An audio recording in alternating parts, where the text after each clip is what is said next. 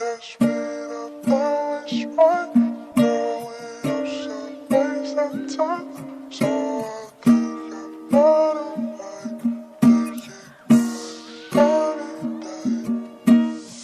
Apul kan chan, fam kim lâu chung kan tan, mang ngày na kan nei, chun chu in du ta king kan in lan, ka chi chi ne nghe ka chan, kan nei phak lâu dur chui thin lung ka chama ma sang thang va na len si arang ka, I hiam ta ka thin lung, I hiak nu ron zui, nang zong I ton ta ka kia nga nghe I par vul les kian, I lim in nui I cha te ka ni cha ka ti klot, ma se to ka tur kan shit mi lâu su dam ta kin no ti ka, a iang I cha ka ti klot. Di pun ka shit lâu cho mo atop na tura ta na dam ta kino nghe a chan ka zo tang che va la hian mo ka ting zo lâu ti ro ka ta chuan I sang em ma va la ka yo